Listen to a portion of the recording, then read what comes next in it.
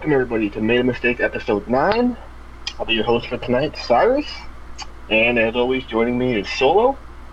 Yo. And Casey. Hey. So tonight we got a pretty designated topic basis here, but first we're going to start off with a little bit of news. It seems that unofficially so far, Shirtpunch and Nerd Block seems to be closing. So you want to expound on that for us? So it's not official. They haven't given any word, but apparently they've been having on their website that it'll be down and it'll be back up on August 2nd. It's August 27th. And according to a lot of locals in Canada, a lot of their locations have actually shut down. Like they've actually closed, and some leftover employees have mentioned that all of Shirtpunch's employees have already been fired. So, I mean, these are employees. You know, they're not like it's not an official statement, but there's no word back. A lot of people haven't gotten any kind of response for their purchases in the last few months. Personally, when I order from Shirtpunch, it's not that uncommon for me to get like my order 2 months after I order it. But yeah, so far it seems like they're gone. And Nerd Block, I think, are they the subsidiary or are they the parent company of Shirtpunch? I don't remember. But Nerd Block locations have also closed down in Canada. So that's what I've And just to specify, Shirtpunch is one of those sites where it's like every day there's a new, usually typical video game or nerd tea on sale, and Nerd Block is one of those monthly subscription things. Mm-hmm. What else was I gonna say? And there have been some comments from the artists because Shirtpunch, you get a usually 4 shirts daily deal designs made by independent artists, and usually when people make purchases, the artists will get some of that money. And artists have also made comments that they've had some shirts sold through Shirtpunch through the last few months, and they haven't gotten any kind of compensation. So not very good news. Bit of a scam, it sounds like. Yeah. And I mean, even in the last few months during the summer, they really didn't have a lot of shirt deals. It was just a lot of accessories. Yeah, I noticed that too. There's like 1 shirt and 3 knickknacks or whatever. That I'm pretty sure most people didn't want. Yeah. I've gotten a few like shirts a liquidation. Yeah. Yeah. I've got a few shirts from them too, and it's like the first one, it was fine. It was like a week or 2, but then all the ones after that, it was like a full month before I actually got it. Mm-hmm. Yeah, I think the quickest I've ever gotten anything from Shirtpunch was 2 weeks, but most of the time it's like a month, and I think I've had 2 orders where it was like straight 2 months. I one time placed an order about 5 weeks ahead of time because I was giving it away as a gift. I'm like, oh, that's cool, it should be here way before, and it came and arrived like 3 days before I was gonna give it away. So it was just like luck, really. Well, that's such a shame. I know you guys, and even I personally have done quite a bit of ordering, not necessarily from Shirtpunch, but we get our little nerd shirts from the internet and whatnot. So to see one of them go down, and a lot of those artists are really talented. They deserve to be able to keep going strong, and to even hear that they're kind of getting cheated out of their own profits now because they're not making that what's the word I'm looking for? Commission? Yes, commission. Thank you. They're not making that commission that they're supposed to be making while their products are still selling. Doesn't bode well, because at the very least, even if they aren't closing and they bounce back from this, they have potential lawsuits on their hands. I moved on to T-Turtle anyways. In fact, the shirt I'm wearing came from T-Turtle. Nice. That's where I got my my favorite Vincent Valentine shirt from. Sponsor us. I was gonna say with our 4 viewers. I think last episode I was wearing the Hanzo shirt, and I think Casey was saying he was wearing that shirt the week before. And I think we got that from T-Fury. Yeah, T-Fury. So, yeah. T-Fury, T-Turtle, we need sponsors. Yeah. Not that we're pandering or anything, we were just, No, not at all. Give us money, not at all. Subliminal messages.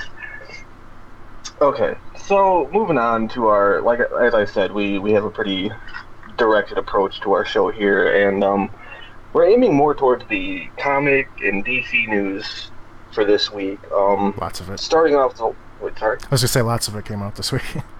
Yeah. Yeah. Starting a little bit of old news, but still pretty relevant. Josh Brolin playing Cable in the new Deadpool 2 movie. What do you guys think, Casey? That's hard to say because I've never been a huge Josh Brolin fan or a Cable fan. He looks alright, but just the first Deadpool movie was good, so I'll just say that whatever they decide to go with, I'll trust them in it for now. How about you, Soulo? So, being perfectly honest, I saw the picture when they released the news of Josh Brolin as Cable, but right now, I can't recall the picture, and therefore I can honestly say I don't remember who Josh Brolin is. He's also playing, not Galactus, in Marvel, the bad Thanos. So he's in both franchises right now. Okay, I don't know. I still no clue. But I did enjoy the first Deadpool movie. I actually watched it in theaters in Vietnam, of all places, but it was enjoyable. But yeah, I mean, if the second one's has or if the first one's any indication of the second one, yeah, what Casey said, I'll trust him and see how they pull it off. I think he was also a kid in the Goonies, wasn't he? You know what? I think so. I think so. I couldn't pinpoint which one, but I'm pretty sure. Yeah. Sure, he wasn't the truffle shuffle. But... I don't think so. If not, that's one heck of a turnaround. So, kudos to him for that. But yeah, I can pretty much agree. I mean, like you said, Solo, if the first one's any indication, I feel like they're really going to run with it, and 2's going to be good regardless. I mean, on the same page, I can't say much for Josh Brolin because I can't think of anything else I've seen him in personally.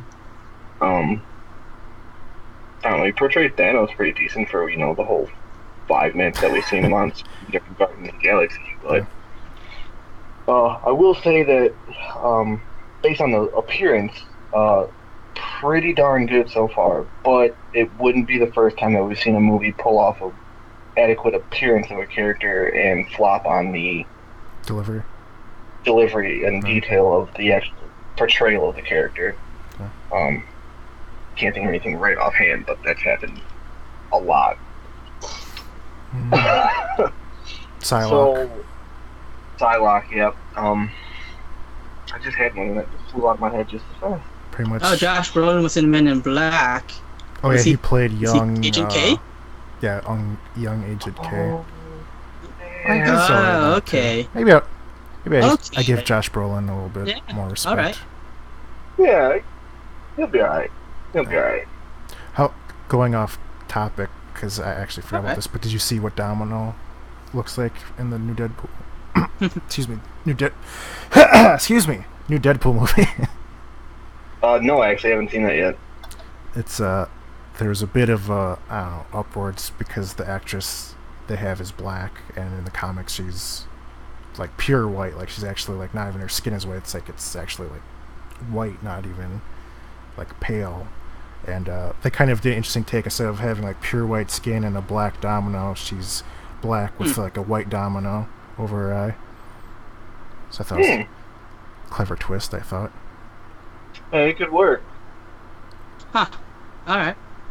It always, and it sucks, and I'm going to touch on this a little bit later with a relevant piece of information, but it always sucks when people are so critical of the race or ethnicity of an actor based on, oh, well, there wasn't that kind of character in the comic, et cetera, et cetera. Like, I remember, back when the second try of Fantastic Four came out, that was like one of the biggest things that everybody was talking about was that, oh, Johnny Blaze is a black guy. He's not supposed to be a black guy. Why does it matter? My opinion on that was always like, if it's sort of iconic to the character, like sort of their upbringing or their appearance specifically, like Luke Cage could never work as anybody besides a black character because that's important part of his character and background. Or like I would even say like Batman would always have to be white because that sort of seems like the sort of rich billionaire privilege sort of thing going on. Stereotypical 1%er. Yeah. Things like that. But characters to me like the Human Torch or whatever, like his most iconic appearance is him in his fire form more than his human form. So, I mean, it didn't work out in the end, but that whole movie was crap. So. True, both of them actually were pretty bad, in my opinion. So, anyway, leaving Fantastic Four alone because it's been punished enough. Moving on, aiming towards the DC area, Injustice DLC reveals and such. Solo and Casey, I know you guys play the game quite a bit, so let me know what you guys got.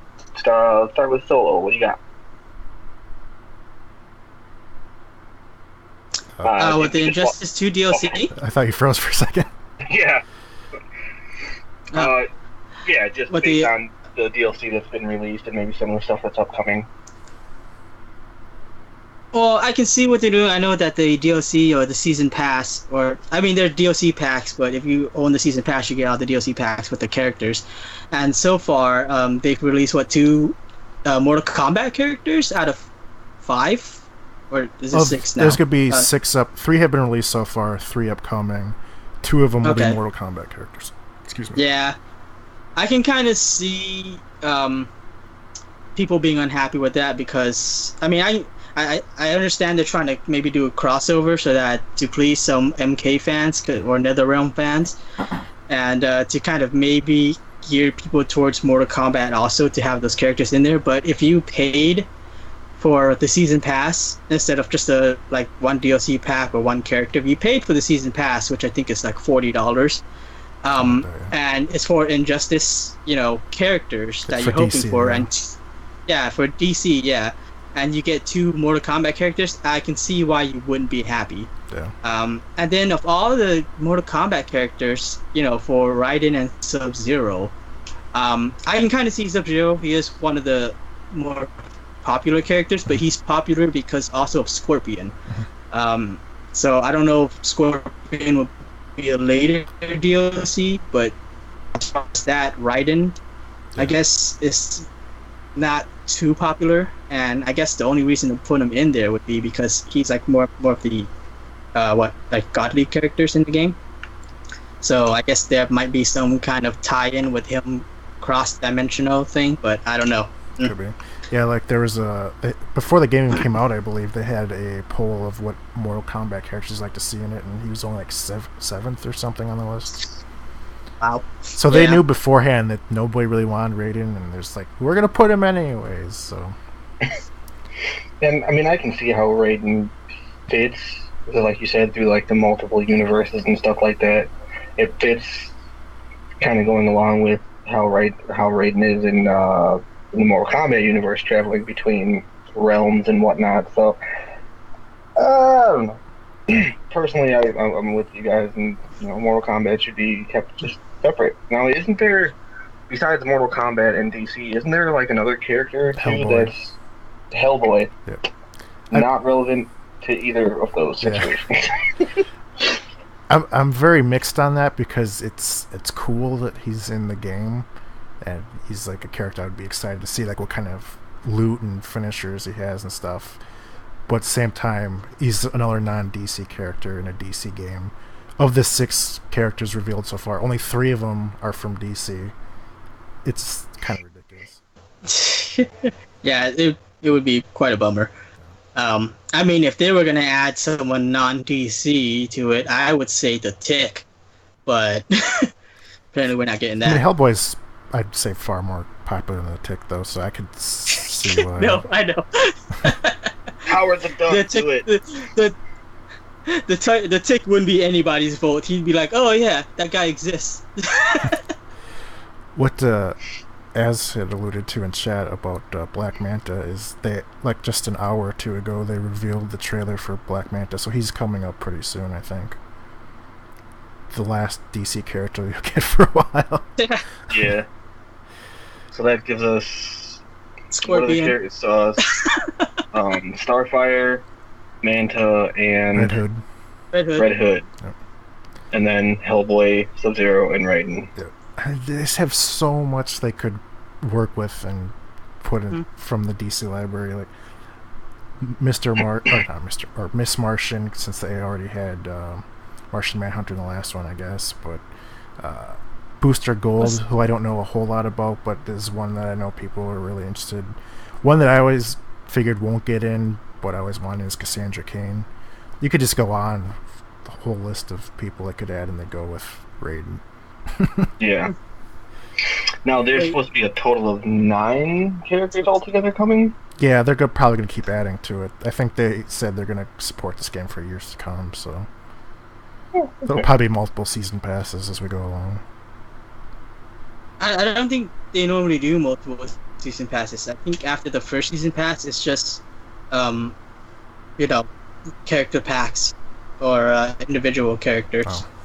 Well, I know, like, usually that's how games do it, except for with one exception, which is not characters, is costumes. It's a Dead or Alive Round 5. That's what I was just going to allude to. Yeah. Wow, yeah. But it's another fighter, so there's a way I could go with that now. We'll see. Yeah. So, moving on just past that, we have a announcement of a Batman standalone movie. You want to tell us more about that, Casey? You alright over there, Soulo? Thank you. Yeah, no, I was muting my mic. Okay. Sorry. Sorry, what standalone Batman you said? Standalone Batman, let's go.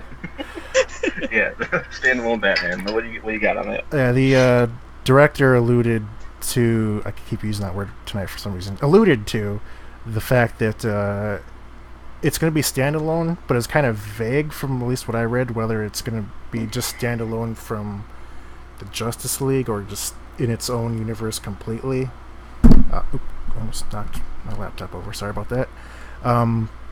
And Casey Affleck, who's Ben Affleck's brother, also mentioned that Ben Affleck won't be playing Batman in that role, so it could be just an entirely separate entity all on its own from anything else that DC is going through right now. I can vouch for the separate entity, potentially better without Ben Affleck. I gotta say it. I'm totally biased. I don't like Ben Affleck. Yeah. I'm sorry, and I don't think he did a good job as Batman. I think he's probably easily the worst Batman that I've seen. Yeah, I mean George Clooney. I still think George Clooney's the worst in my opinion, but yeah, Ben Affleck's probably. Of course, it's hard to know because he was put in such a bad movie. I don't feel like I got a true representation of what he could do. Like, he looks good in the Justice League trailer so far, sort of, but it's just a trailer. Sort of. But I have to say, the one thing that offended me the most, okay, every actor. Damn, it offended him. Yeah, it offended me. It broke my feelings. Okay. But every actor who's played Batman over the years, they've always had their own Batman voice. They've always, they've done it themselves. They've, whether it be a good or a bad Batman voice, Christian Bale. Arguably, anyway, people don't like Christian Bale's Batman voice. Yeah. But Ben Affleck couldn't even go through the Ben Affleck's Batman didn't even have a Batman voice. He's the voice changer. But I kind of like that because I think Batman is always more I can't say the word technological. Yes, thank you. More advanced than what the current platform is and what the real world is. So rather than having him do a gravelly voice himself, it just makes logical sense that he would use a voice changer instead or whatever. But especially since a voice changer would also distort your voice more, whereas if you did a gravelly voice with today's recordings, they could actually record that and splice it and level it so you could normalize it to know who's actually talking. Fair enough. I just want to comment on Nina's comment here saying that she's not much for DC. How can you not be much for DC? You have Catwoman, who's a thief. The Lego Batman. Was that not Will Arnett? What's his name?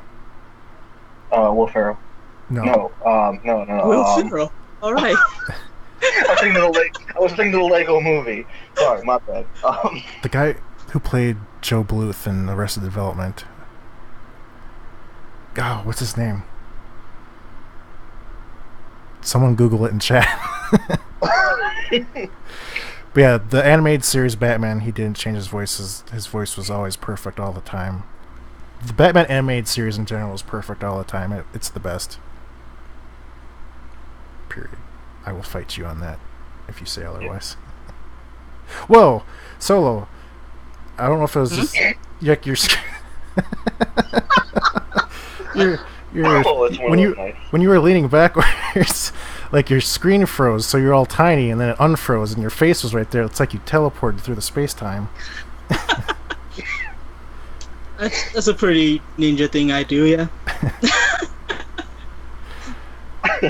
So I didn't see it, so I don't know. next starring DC role is Soulo, the Time Master. Sounds good to me. And on the notes of the next DC news, we also have word of a standalone Joker movie coming out, not featuring Jared Leto.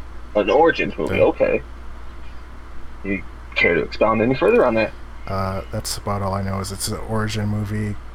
I don't even know if it's confirmed or if it's just more in talk at this point, but it's not going to have Leto in it, which I was excited about because I just don't want to see Leto as the Joker anymore. But at the same time, it was a Will Arnett. Okay, I was thinking Will Arnett was the guy from Last Man on Earth, but that's okay. But yeah, I guess I was right the first time. It's Will Arnett. What was I saying about before that? Oh, you don't Joker. like Jared Leto as Joker. Yeah, but I always like the Joker better when you don't know his origin. Like he's just there. He's mysterious. But we'll see. That's fair. What about you, Soulo? How do you feel about that? I don't know too much about Jared Leto, honestly. I would just say though regarding that, I mean they've kind of talked about Joker's origins a few times. So I don't know about it being mysterious. It's just it is. What would say they do kind of change it up every now and then. Yeah, so there's different versions. Like in the first Batman with Tim Burton's Batman, like he was a gangster. I think he was actually the one who killed Batman's parents in that movie. Yeah. Yeah, I know in the comics they've had different things too. Like he used to be like a white collar worker or something like that.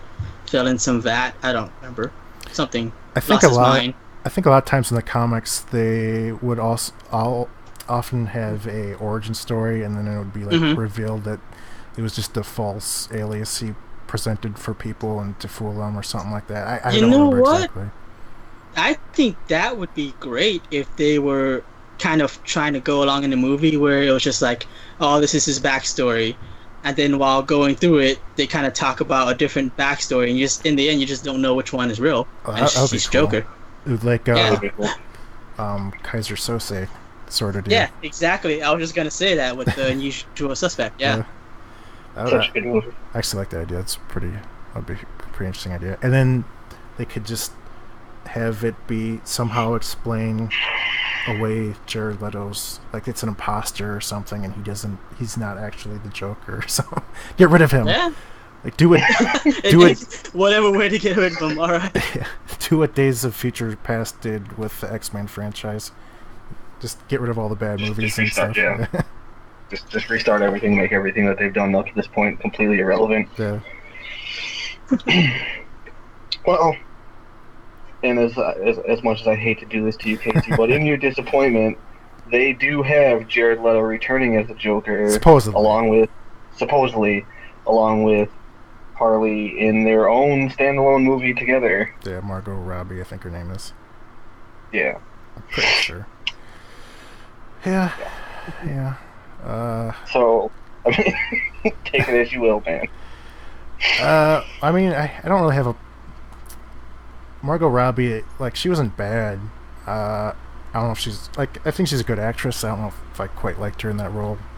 I prefer to have her as with the accent, and they had her as like the stripper version of Harley Quinn, which isn't her fault, but I don't like that version, where she's just like the Joker's personal stripper instead of like the animated series where she's actually has character depth and stuff.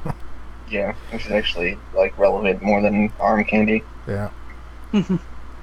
And Leto, he's like, I was defending him when his the first image came out, and people were quick to trash all his tattoos and was like gold teeth or whatever, and I was like, give it a chance, and then he proved all those people right I was defending him against.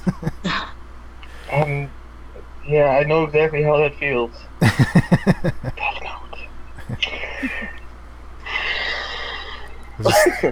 I'll answer that later, Luna. Your input, Solo. I mean, it's cool. Again, I don't really know. I don't even know who Margot Robbie is. I'm sure I've heard the name. I've heard the name somewhere. She plays Harley Quinn. No clue. Oh, gotcha. No. There you go. Hit the nail on the head. So I really don't have much to say on that. I guess I mean, basically all it is if it's a good movie, cool. I like Joker. You know, I do like the depth of Harley more than like arm candy. You know, I like the background they gave her between Injustice 1 and Injustice 2, where she became her own thing after the Joker. Mm-hmm. So, yeah, like that, like yeah. The Justice and was where like... she was, where she was going to be the next Robin. Oh, yeah. Like, the Arkham City's kind of ruined, like, began the descent for Harley, in my opinion, and Injustice was, like, the first one in a while I thought she'd get her right again. Excuse me. Even though Arkham City Harley is probably one of my favorites. Harley. Well, I remember she was good in one of those games, but the other ones she was not as good. Maybe it was City, I can't remember. I think it was City because they actually gave her more depth in City than... I mean, she still had an actual character in Arkham Asylum, but her role was obviously, Joker's sidekick. Whereas in City, she progressed a little bit past that, and even further in DLC, she went on to have her own situation going on. I think it was Arkham City's DLC. But quick note on the movies. Margot Robbie's in for a lot of Harley Quinns because she's also starring as Harley Quinn in the, I think, Gotham City Sirens, which has Catwoman and Ivy as well. Oh, nice. Yeah, did she play Harley in Suicide Squad? Yeah, that's where she debuted. Oh, okay. I haven't seen that, but yeah, okay. I got it. Homework assignment for Solo. You don't have to see that movie. I mean, it's not bad, but it's not a must-see by any means. It's alright. It cool. But, yeah. Yeah. Yeah. Solo, you mentioned Harley being the next Robin, which isn't entirely relevant, but on the note of Robin, we have the cast of Teen Titans was released. You guys want to fill us in on that, any? You know what? Before we even talk about that, I would say, because we're talking about so much about actors and stuff, Casey not wanting Jared Leto for Joker and Cyrus not liking Ben Affleck. People that are watching or listening to us, who do you think would play good Batmans or Jokers? Just let us know in the comments. William Dafoe as Joker. But it seems like Teen the Titans, most obvious casting that hasn't happened is William Dafoe as a Joker. I think you like William Dafoe in anything. It sounds yes, like. That's true. But he does make a perfect Joker. Yeah. Like, if you Google it, like, there is a comic book image of the Joker and one of the stills from William Dafoe in a movie, and it's almost exactly alike. It's perfect. And he's got the evil laugh down. You could hear that in Spider-Man. I kind of want to see Gary Busey as the Joker. I don't know what to make of that. Anyways, Teen Titans cast. I think actually Casey knows more about that. Yeah, it's going to a street. The Teen Titans show is going to be a live action to some streaming service. I think it's like their own, like all CBS and I think even Fox are making their own streaming services now, or something. And it's going to be for that, and they have 2 castings. They have casted Raven, I don't, like an unknown, I think, sort of 13-year-old actress. And just this past week, they cast Starfire, who's like a decade, at least, maybe even older than that Starfire. And once again, she was black, so there was a lot of controversy there. Personally, I thought the controversy was that I don't like the fact that she's a decade older than Raven. But, yeah. Wait, did you say the cast of Starfire is black?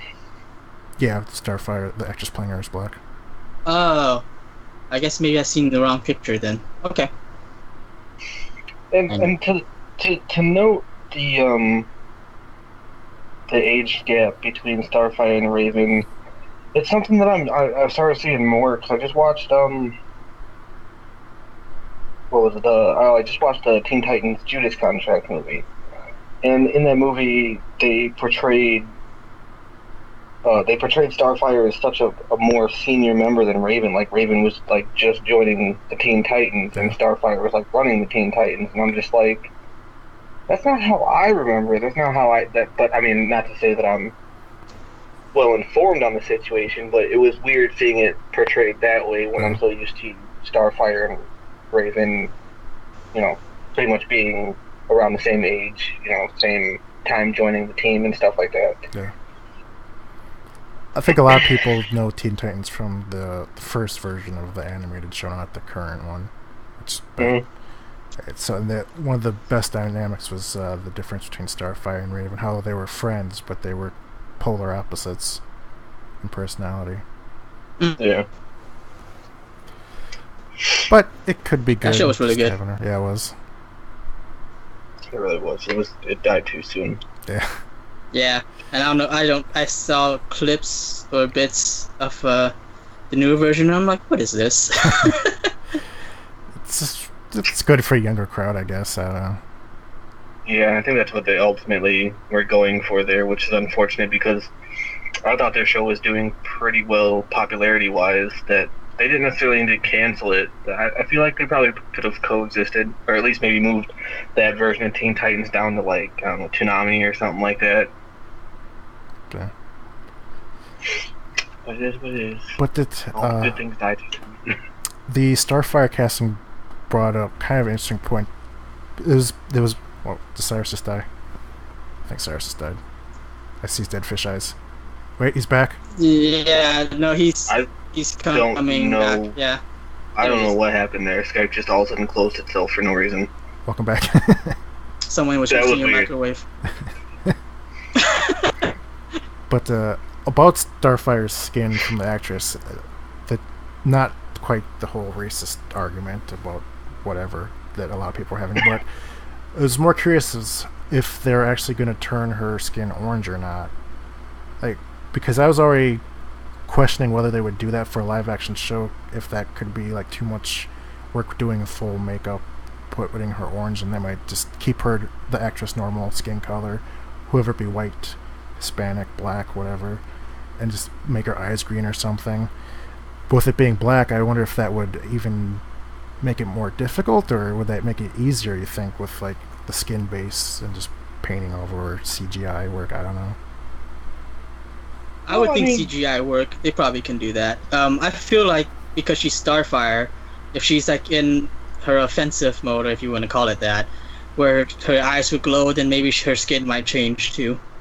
Maybe some fire effects with her hair and all that. I don't know. I don't know.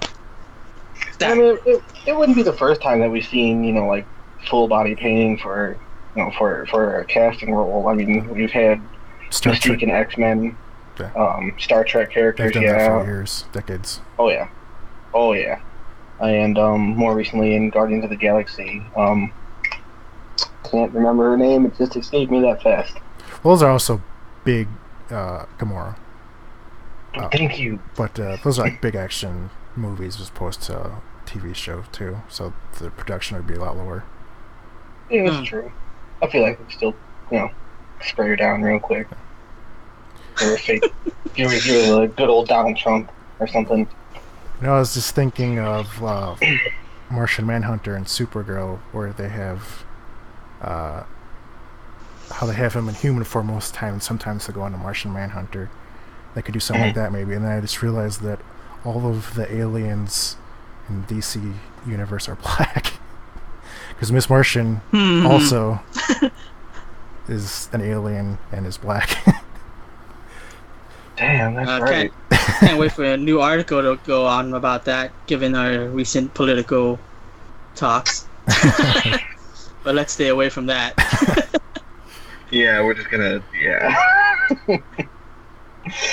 Alright, so,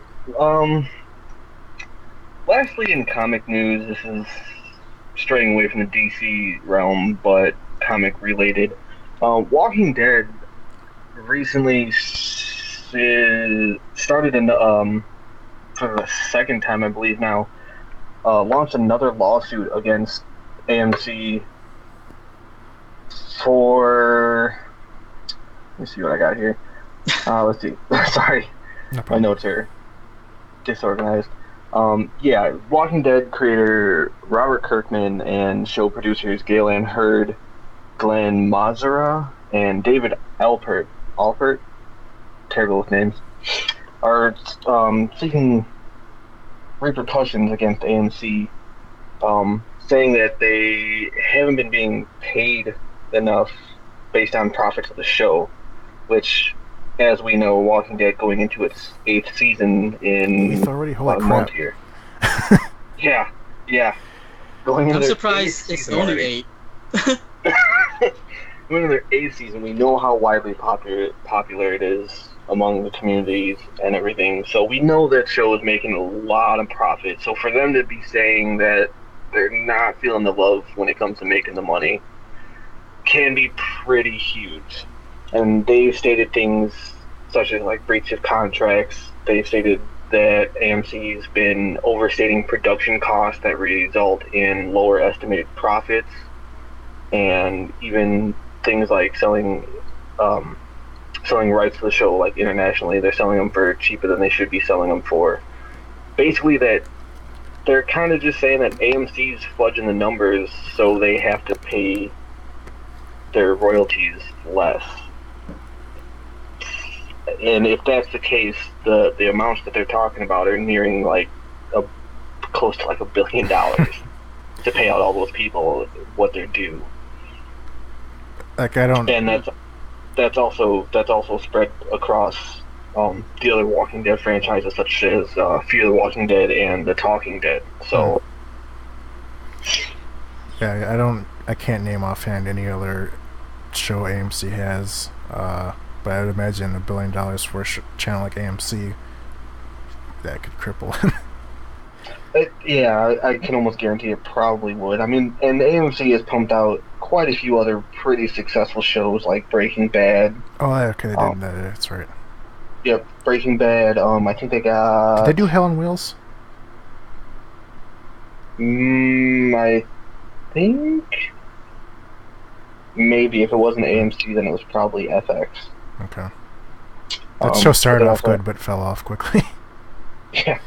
What else? I think they're the ones that are doing that Into the Badlands show. I've heard that. Maybe. I don't know what it's about at all. Yeah, I haven't caught up on it at all. And the spin-off of Breaking Bad, they got the show Better Call Saul. Better Call Saul. Yeah. Oh yeah. Okay. So, I mean, they pump out some pretty profitable shows. All right. Yeah. But even still, that's a lot of money. Yeah. But, excuse me, to what Luna said in chat that she dropped Walking Dead, I did as well. I don't think since the show Heroes, there was a show that I was so into, and then a show that just I started over time like, this is getting worse and worse, and now I hate this show. That's how I'm starting to feel about Supergirl. Yeah, I'm still willing to give it another shot. Like, I think they could recover for season 3. Yeah. You got any input on that, Solo? I would say it's kind of relative. I don't know too much about the information. I don't watch Walking Dead. Um, and as far as I know, a lot of people. I know that it's a really popular show, but a lot of people that I know that were super into it have dropped it like last season. Or not even this season, was like last season that they stopped watching. Just like kind of what Luna said. Most people I know that was like even the same with the. I talked to some of the people that have played and have streamed the Walking Dead Telltale series, and even they were just like, oh, I haven't watched Walking Dead, just like the games because kind of fell off interest on it. And then people are now saying the same thing about the games.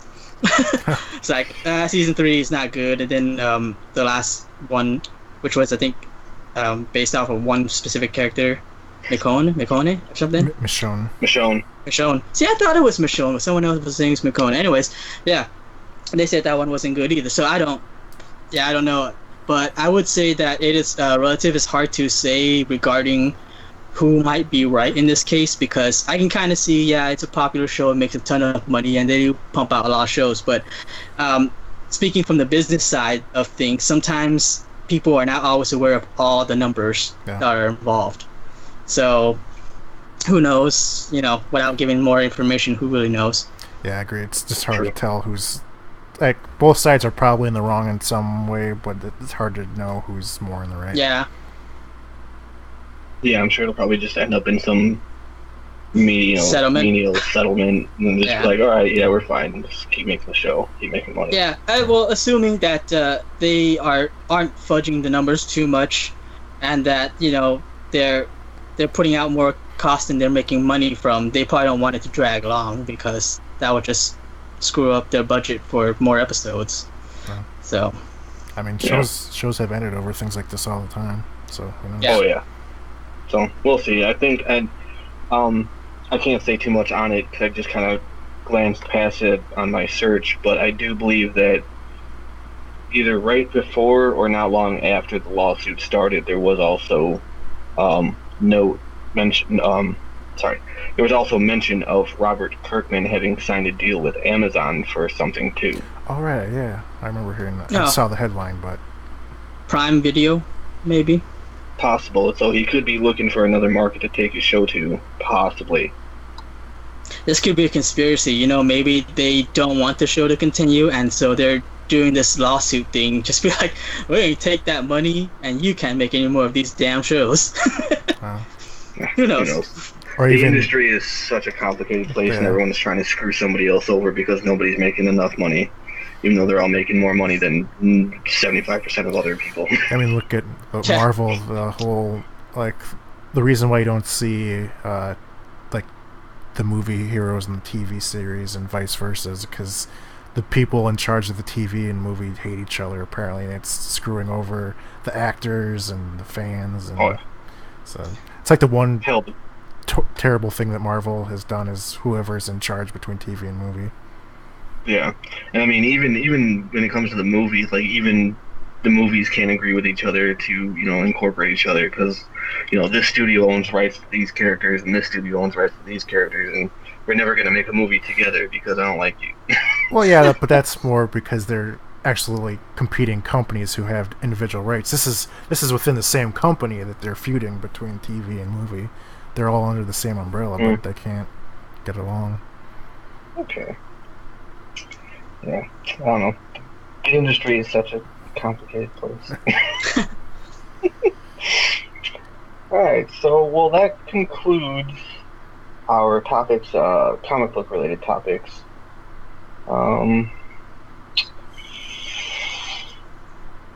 I guess we'll go into any personal news. I'm not sure what you guys might have. Casey, you got anything? I was going to make a quick comment about the Overwatch World Cup coming up, and they just had the brackets tonight, and USA got... It was pretty dramatic. It came down to the last pick of the night. It was like 50-50 who was facing South Korea, Australia, or America, and America got the tough draw, and they're screwed. America's going round one. Yeah, getting kicked out round one. That's rough. It was kind of weird, though.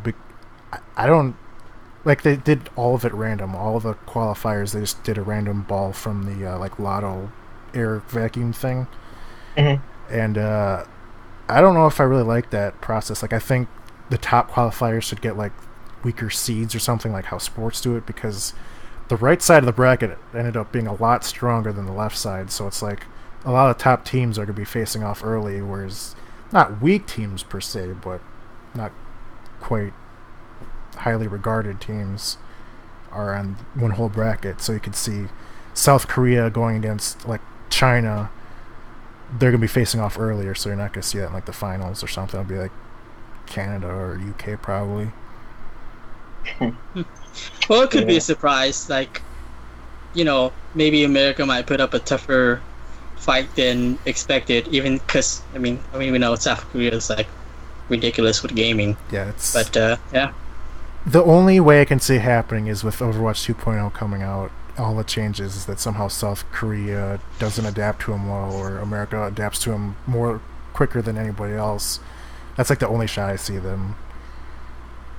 Something, I don't know. But Korea has a Junkrat main. It's true. Flower, he's my favorite player. Game over. Hey Mookie. All right. I was gonna say regarding Luna's comment, I don't consider Mercy's changes nerfing. I mean, I can kind of see why you would think that, but it's freaking hardcore. Like, I want to go back to playing Mercy with all those changes. I'm like, dude, that sounds fantastic. And no, we're not talking about politics. No, politics of Overwatch maybe, but yeah, we're not talking. We brought it up slightly jokingly, but it was like 2 sentences. So I think it's too early to say whether Mercy is a nerf or a buff. Either way. It depends, I guess, on your playstyle, right? Yeah, I don't think you can really consider it. I mean, even in the end game, I don't think you can consider it a nerf or a buff when it's a complete overhaul like that. It's just different.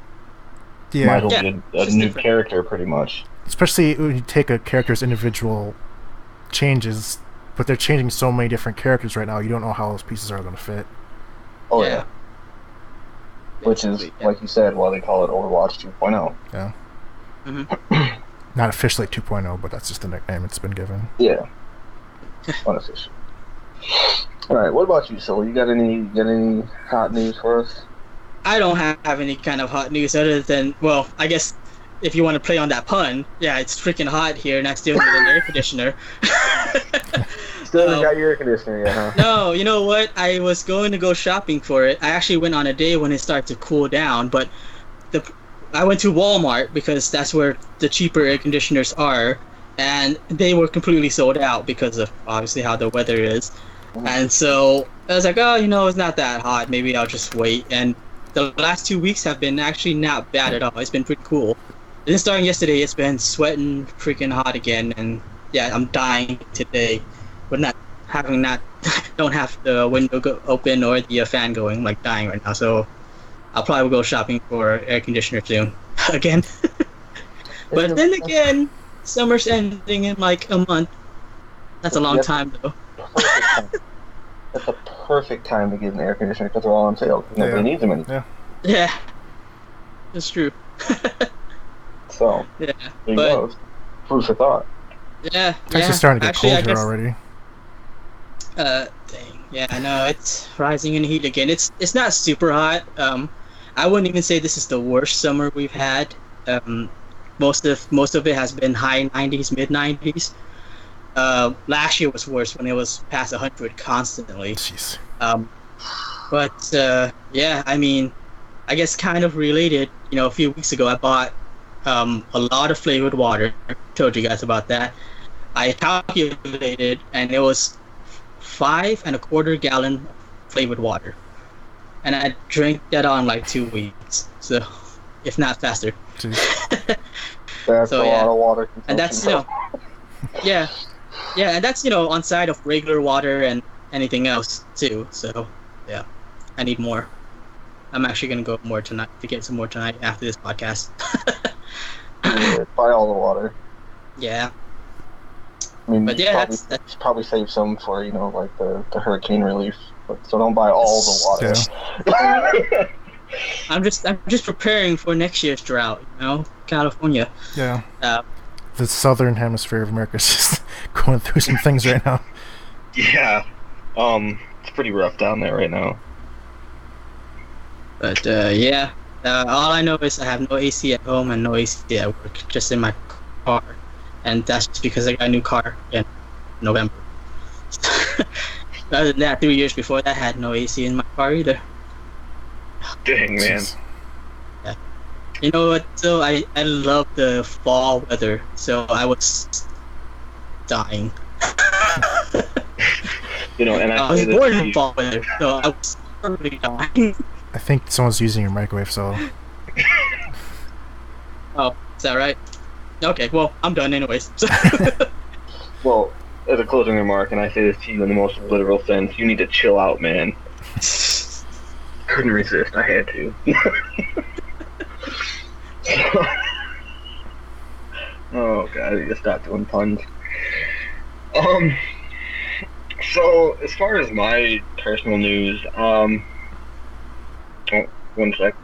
So Luna wants to know, you live close to Sacramento? No, I'm about 2 hours away from Sacramento. you just doxed yourself. What? You just doxed yourself. I stalks myself? You just revealed information about where you live Oh, on the internet. I don't really care. Oh, no one's gonna Don't stalk know. me. But he never said 2 hours which direction. Yeah, Yeah. exactly. I could live in Reno. I don't. Oh yeah, no, I know about that actually. Yeah, SAC Anime. There's always a lot of things going on in SAC Anime. I've never been to SAC Anime. That's an awkward name for a convention. Sacramento. I was gonna let it go. Yeah. But no, I've never been to one. I know there's a lot of. There's always some kind. I don't really understand why they're between fan anime and SAC Anime, because Sacramento is pretty much known also for being ghetto. So I don't know why there aren't. I mean, there are some famous-ish actors and voice actors that come to fan anime, but not as much as SAC Anime. So I'm not too sure why that is. And that, as far as I know, fan anime is even bigger, like nationally, than SAC Anime is. So who knows? But yeah, no, I know about that, and I also know about the one coming at the end, KrakenCon. KrakenCon. I don't know when that is, but I know that starts on my birthday.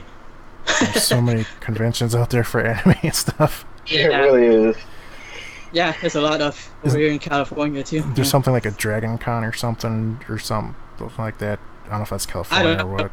I don't know. Even fan anime I don't really go to. Like I didn't go to the last one. I didn't go to the one before, but I went to the one 2 years ago, and it was only for like 20 minutes.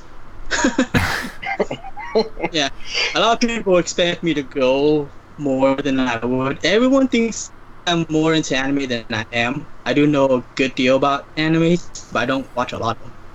So, yeah. One day I'll go to like a Comic-Con or an anime convention. I just think it'd be really fun to do it once. I do want to go to Comic-Con, and our nearest Comic-Con is San Diego, which is about 4 hours away from here, 3 hours. So it's not super far, but it's pretty hard to get into Comic-Con. They like sell out right away, and PAX and stuff too. Oh, Go to E3 though is no big deal for me. All I know about conventions, or the only important information that I take away from conventions, is that people get sick from them all the time. So I know if I ever went to one, and my immune system, it would kill me. Oh yeah, I have to go into bubbles. Fan anime was pretty bad with that. I think actually last year's there were people that passed out in line trying to get their passes, and they had to call like paramedics Jeez. in line. On the plus side, if I ever went to one, I could just cosplay as the Bubble Boy, and no one would ever tell the difference. So I was like, "Oh, dude, Case, you have to cosplay as One Punch Man. You just gotta shave, take off, wear contacts instead, and you're One Punch Man." I've never tried contacts before. Yeah, actually, I don't want to try contacts. I've never tried it either. I could be the Bubble Boy or One Punch Man in the Bubble Boy suit. They do crossover cosplay all the time. So, yeah, you can do that. Yeah, exactly. Then I just die of heat stroke instead. Well, just don't die. That's the important fact here. Alright.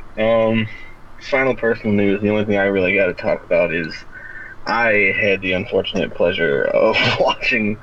Displeasure? Words. I watched the Death Note Netflix movie. I did it. I did it. And I will have to say, I know we talked about it last time.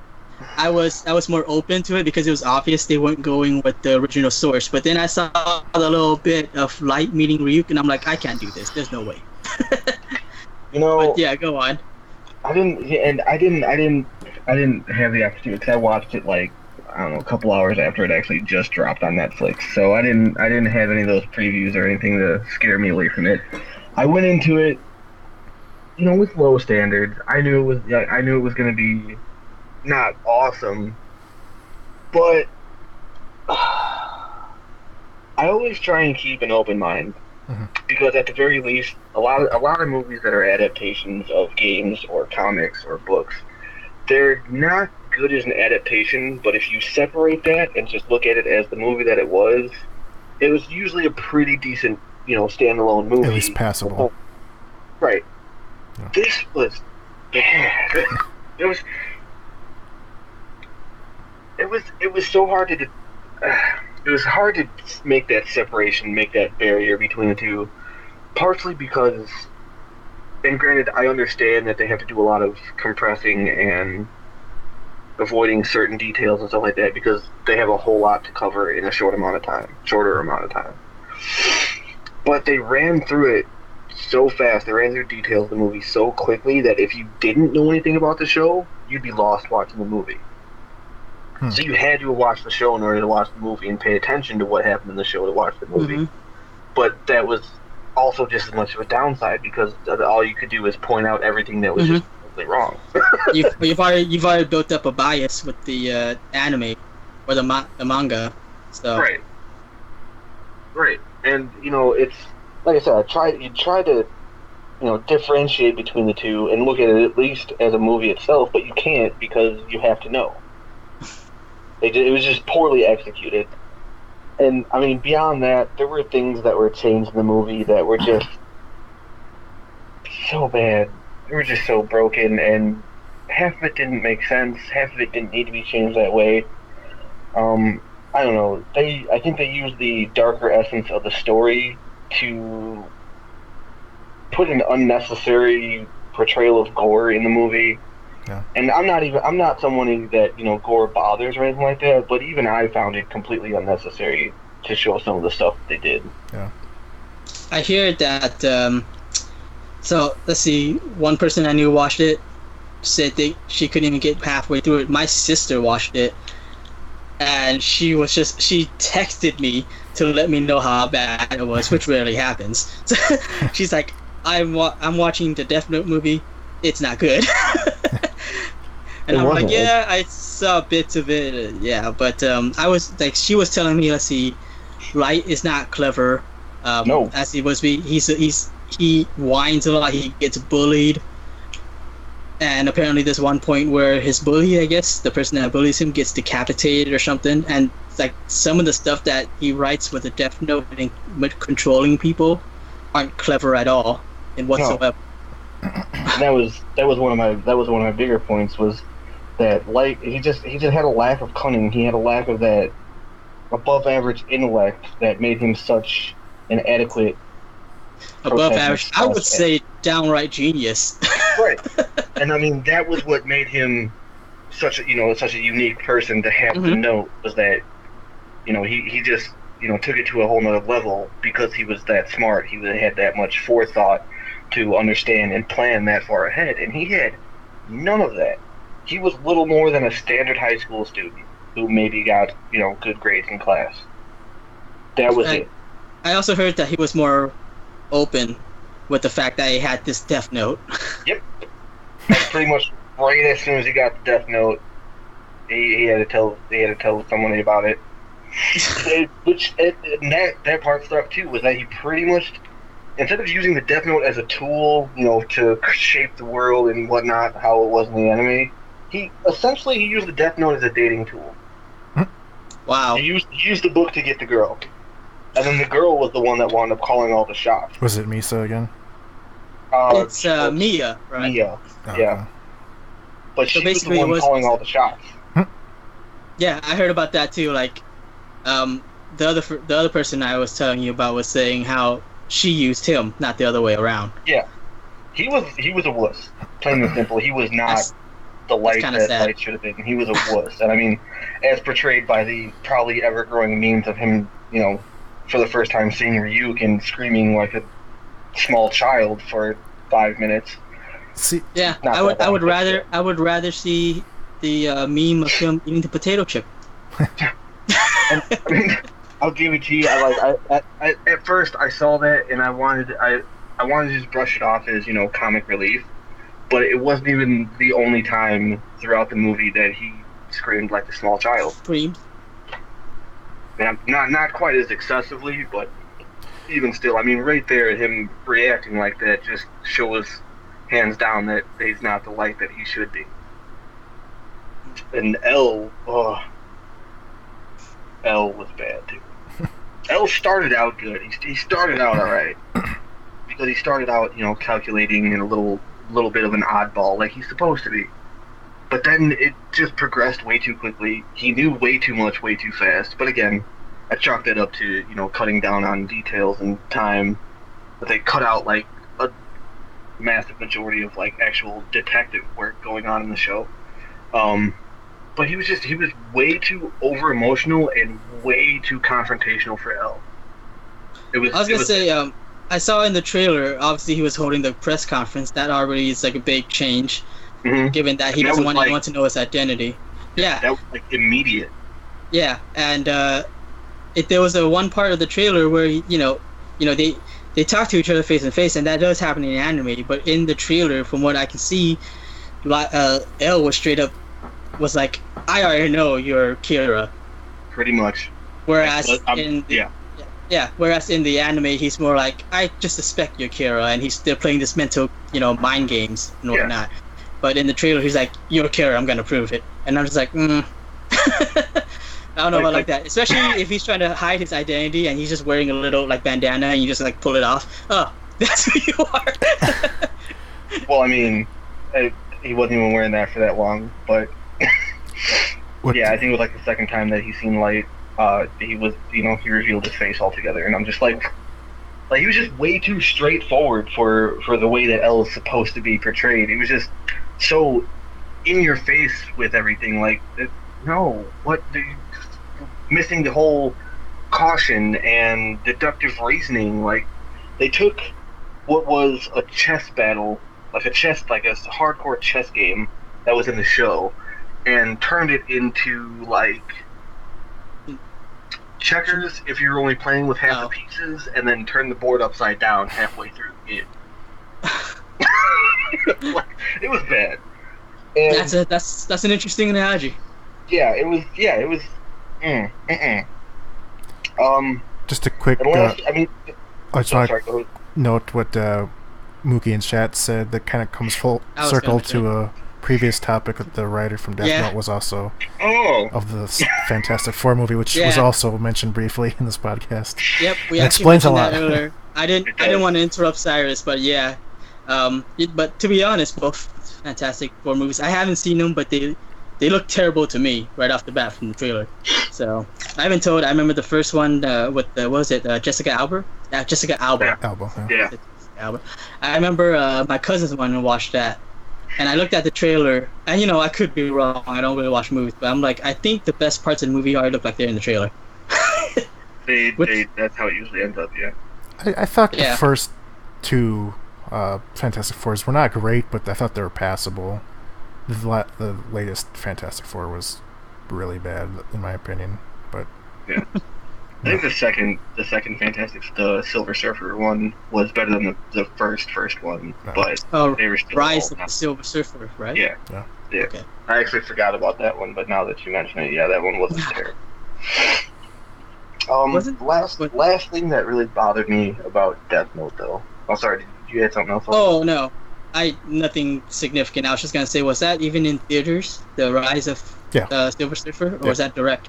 Okay. Yeah, theaters. Yeah. Just make sure. All right. Last big thing on Death Note was they more or less unnecessarily actually changed the rules of the Notebook. Oh, I heard about that too. Yeah. But yeah, go ahead. So one of the bigger rules is that if the keeper of the Notebook doesn't use the Notebook within 7 days, they automatically forfeit possession of the Notebook. Oh, that's dumb. That's dumb. That's super dumb. That makes you have to. I mean, that was something of a fake.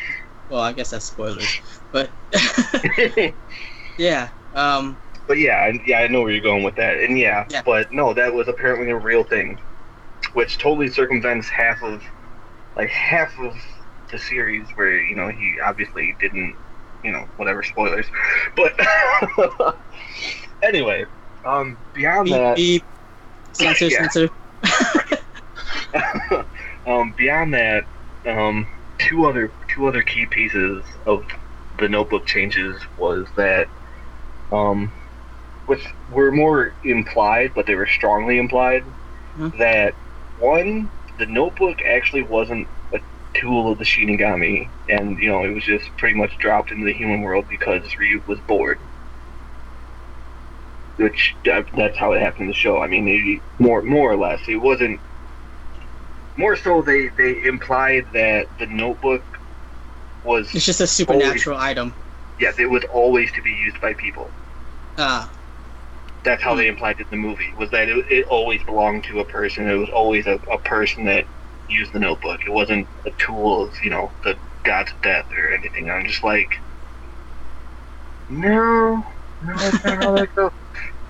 And on multiple occasions, Ryuk threatened to take the Notebook back and give it to somebody else. And I'm just like, no, that's not how that goes. But the biggest thing that really struck me as completely and utterly odd was the fact that they implied that Ryuk could be killed by the Notebook. Oh. What? Yeah, exactly. What? And I'm just like, no, you can't do that. What?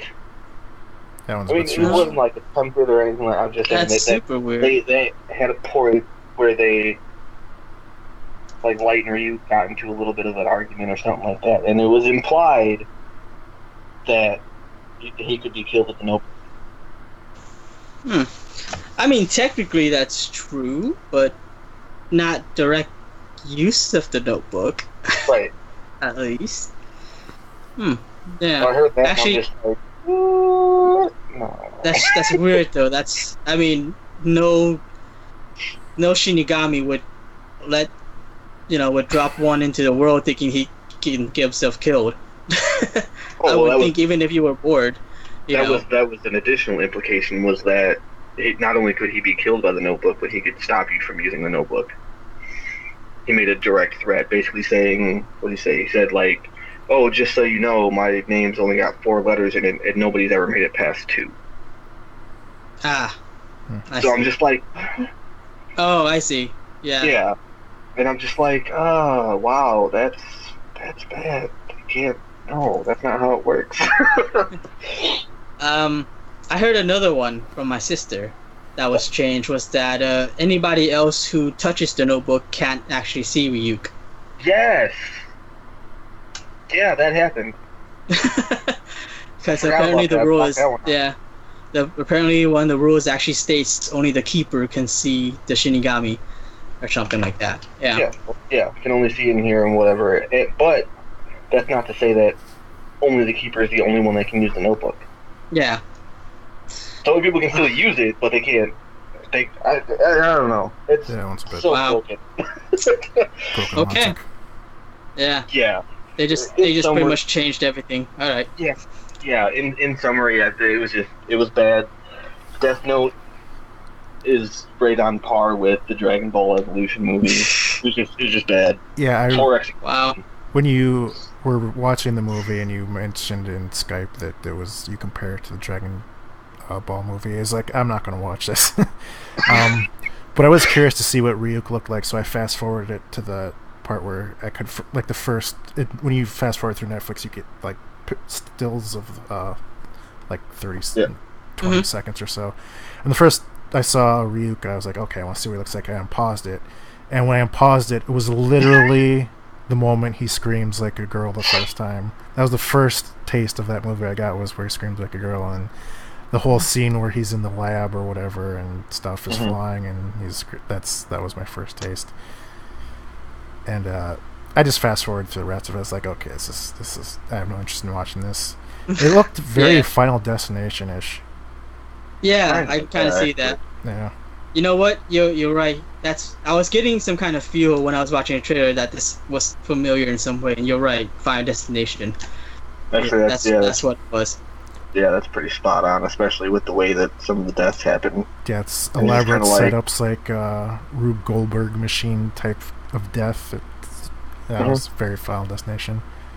But yeah, I didn't watch the movie, but when I was listening to you guys talk about some of the changes, I mean, I know this is an unpopular opinion, but I like, to an extent, where they change this, whether a comic book or video game, where they change from the source material somewhat, because I don't want to watch what I've already seen in print or video games just in live action version. I want to see some change to it. And when you're talking about Misa or Mia or whatever her name is, sort of being like the true mastermind, I know that this movie didn't do that very well, but when you isolate just that, like, I think that could actually be an interesting change where I actually have her be the mastermind and use light. And like, I know that wouldn't be popular overall, but for me personally, I think if they did that right, that could be an interesting change. Well, you know, I don't have a problem with that. Like I said, since it's pretty obvious that they weren't going with like the source material right away. Yeah. I don't mind the story change up, but then I saw that scene with, you know, Light screaming, and I'm just like, no, I can't. There's no way I can stand this movie. Yeah. Just the movie by itself, I wouldn't be able to stand it. Yeah. And I agree with you, Casey. I mean, I can appreciate when they do some changes, they try and do something a little original with it. And that's why I said a lot of times when I go to watch one of these movies, I always go in with, you know, that separation of, well, this is how it's supposed to be. This is what they did. And I judge that movie based on its merit as a movie. Because, yeah, like you said, it's nice to have it changed up a little bit. And I have absolutely no problem with an original story. I don't think that everything has to be, you know, spot on. And that's where a lot of things get grief, is everyone's just like, oh, well, that's not how that's supposed to happen. But in this particular sense, you couldn't differentiate. You couldn't keep the two separate, because you had to know the details and the plot. Everything in the movie just moved so quick that if you didn't watch the show, you'd be lost. And if you did watch the show, you hated it. Yeah. And I guess one of the other things is that they deviated really far away from all the characters. Not just like one or two, or just like a few traits. Like maybe, you know, they could have had it where Light was still clever. He wasn't like super clever, not genius level, but he was still clever. But Mia was still the mastermind. Yeah. You know, she was just more clever than him. But they, you know, apparently they changed him completely. Like, he's not even Light. Yeah. And that's, honestly, probably would have been, I don't know, maybe 10% better if they actually went and just said, well, it's a Death Note movie, but this is kind of a different story. Maybe what happened after, you know, after Light, after the show or something. You know, this was like the next owner of the Death Note. They could have just as easily done that instead of saying, well, we're going to take this, and this detail from the show, make our own movie, and do it really bad on top of it. Yeah, the example that I think of what sort of not to do when you deviate from the source material is, spoiler alert for Iron Man 3, where they had the Mandarin, the villain. He was done really well by Ben Kingsley, and he was a lot more like the comic book version, like the version you know. And then they sort of had a big plot twist, and it turns out he wasn't the Mandarin, and they went against the source material and everything they've been building towards. And they went in a direction that was a lot worse than what they had already established in their own movie, even with Ben Kingsley. When you make a deviation like that, you have to at least equal the talent or the quality that either you yourself in your own movie have established or the source material, or do it better. That was the big mistake Iron Man 3 made, was when they had, I don't remember the actor's name, but the blonde guy. Like, he wasn't interesting. His motivation was stupid. It was just like petty. You embarrassed me one night, so I want to get my revenge on you. Whereas you had Ben Kingsley, who was Marvel's biggest weakness is their villains, and he was like a truly terrifying villain, which is maybe why they changed it, because they was just like, okay, this might be a little too scary for our Disney approach, and let's make him silly at the end of it. So I don't know, but that's what I think of is like a perfect example of what not to do when you're deviating from the source material. And this, like you're pointing out, everything about this sort of deviated, and they didn't do it in a proper way. That's pretty much exactly, yeah. It would have been just as simple to maybe cut down on some of the harsh reactions if they had deviated from using any of the source material other than, the name and the concept of a notebook that could kill people. Okay. If they used different characters, different names, it would have been fine. But they just had too much to argue with in that movie, and it ruined it. Another point where you were describing, at least in theory, separated from me actually having watched the movie to see how bad it was. We were talking about where Ryuk was threatened before with the death note that he could die from it, and he said they've only gotten 2 layers. And it actually sounds like it could be a cool thing to change about it, but again, it sounds like they didn't do it. Somehow they screwed up William Dafoe, who's also we talked about.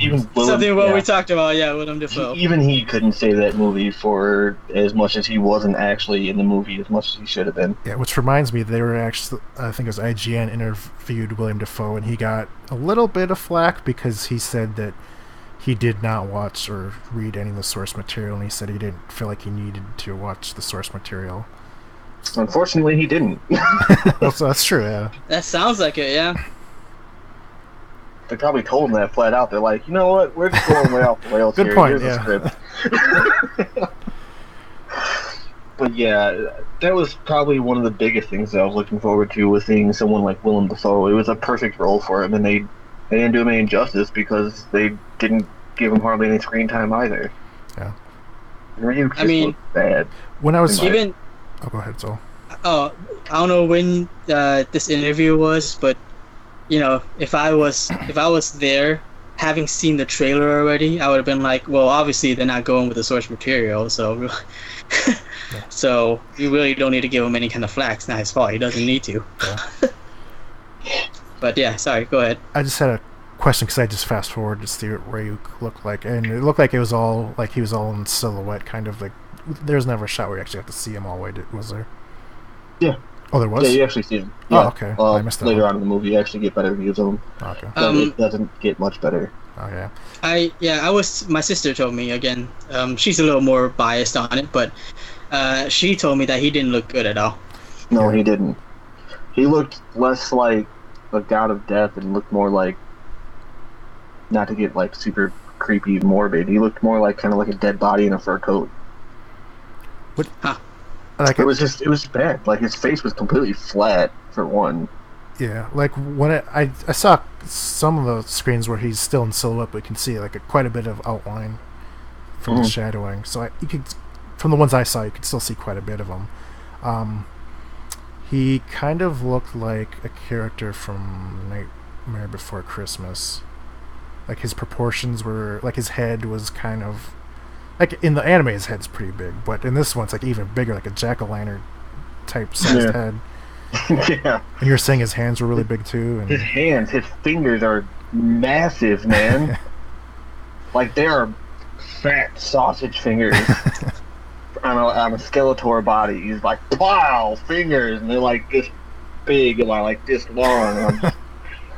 I didn't know what to make of it. Like just at one point he says something and he holds up 2 or something, and I'm just like, are you holding up fingers or are you holding up both your hands next to each other? Because that's so crazy. And I think, if I remember right too, they did a little bit of, the showing the characters when they were doing the credits and stuff like that. And I think it wasn't even Willem Dafoe actually playing Ryu. He just did the voice. Oh. Well, I mean, it's a straight to Netflix movie. There's even look low budget, so it doesn't surprise me at all. Yeah. I don't know. It was not good. It had like the makings, like it was about as good as the Dragon Ball movie, and it ran through too much of the story just as fast as the last Airbender movie did. Which again, the last Airbender movie had good potential, but they just ran through every detail super fast that by the time you reached the end of the movie, you weren't really sure what was going on anymore. Yeah. Luckily, I've avoided seeing all three of those movies, only clips. Same here. Same here. But I actually have not seen Dragon Ball Evolution. After I heard the details, I'm like, no way. I'm not going to watch that. And I also have not seen Last Airbender. So. Don't. Trap also. But I will say, I did watch Ghost in the Shell, and I did not mind it. I thought it was actually pretty good for it. Again, separating it from the source material, saying this is Ghost in the Shell as a movie itself, I thought it was a pretty damn good movie. Not amazing, but... I was told from one of my friends he really liked it. He watched Ghost in the Shell like way back when it came out. He watched it again before the movie, and he said people are just being extremely nitpicky because he said that he really liked the movie. So and no, you're absolutely right. People are being extremely nitpicky because, and this is what we talked about before that I said I was going to bring back up. A lot of people just automatically assume the worst because you're changing the actor versus the character. And I hate making it sound like I'm playing a race card here, but it's kind of what happens is everyone says, oh well, you're replacing it with this kind of person when it's supposed to be this kind of person, so it's automatically bad. And that really wasn't the case. Ghost in the Shell was good. Yeah. If any character had an excuse to appear a different race, it's Motoko, because she's a brain in the body. Like, the body is completely disposable. Yeah, you know what? That's what my friend was talking about too. He was saying that she had a good excuse for it, and they did it a really good way for the movie. I think they even interviewed the original guy who did Ghost in the Shell, and he said the same exact thing. Like people, like I don't understand why people are so upset about that. Yeah, and I don't want to throw out any spoilers either, but Motoko's origins is also actually well represented as having Japanese origins, so I mean they still have that at least too. And again, her body can be literally anything. She could have been a guy for all anybody, Yeah. So my only issue with that is that I've got nothing specifically bad about Scarlett Johansson, but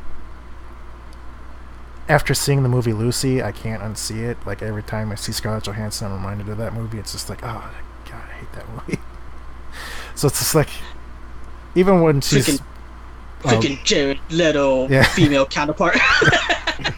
But Jared Leto was actually bad. Like, Scarlett Johansson wasn't really bad in that movie. It was just the movie itself was... What's that? Gotcha. She just had a terrible role to play with. Yes. There's another actor where, like, they weren't bad in it. Actually, probably a couple actors where they were fine in the movie, but the movie there's Red Lights. Like, it's kind of a more obscure movie, but it had, like, the guy who plays Scarecrow, I can't remember his name, in the newer Batman movies. Yeah, I know what you're talking about.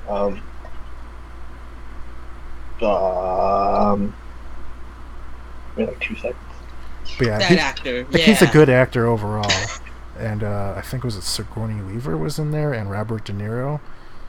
And Sigourney Weaver and the Scarecrow guy were fine. The movie itself was terrible. And Robert De Niro was terrible in that movie. Like, if you ever want to look at Robert De Niro the same way that you see him now, never watch the movie Red Lights. There's a performance at the end. It's terrible. But that movie made me so angry just watching it that now when I see his actors, I'm reminded of it. I'm just like, it's not their fault, but I can't remember. That's the movie you talked about a few months ago, right? Probably. It was a movie that was so bad it actually made me angry watching it. Yeah, like I think you talked about it on Skype. We were like, "Oh God, don't watch this movie. It's terrible and worst movie I've ever seen," and something like Could that. have been, yeah.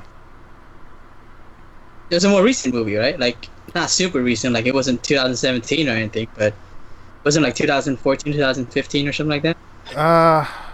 If I were just to wager, I guess I'd say like maybe 11 or 12, maybe. Okay. But I don't really know. It was like Yeah, I probably can't see it, but I'm sweating a lot. Don't worry, me too. Oh, the actor in Ghost in the Shell, the Takaishi guy, I think. The guy who was in MXC, Takaishi's Challenge Castle. I don't know if anybody's seen that show. The same actor who was in that, I think. And he was also in Battle Royale. Oh, you know what? Yeah, he was. He was the teacher in Battle Royale. Yeah. Oh, man, I didn't even realize that. Good catch. But he refused to learn English for swear. Well, I mean, I guess he's probably... I think he's a pretty big name in Japan, if I remember right. Just from his game show alone. Yeah, if they really had a problem with him not learning English, they could have just easily found somebody else too. So they decided to stick with it for whatever reason. No. Alright, well, enough about Death Note and the train wreck of what it was.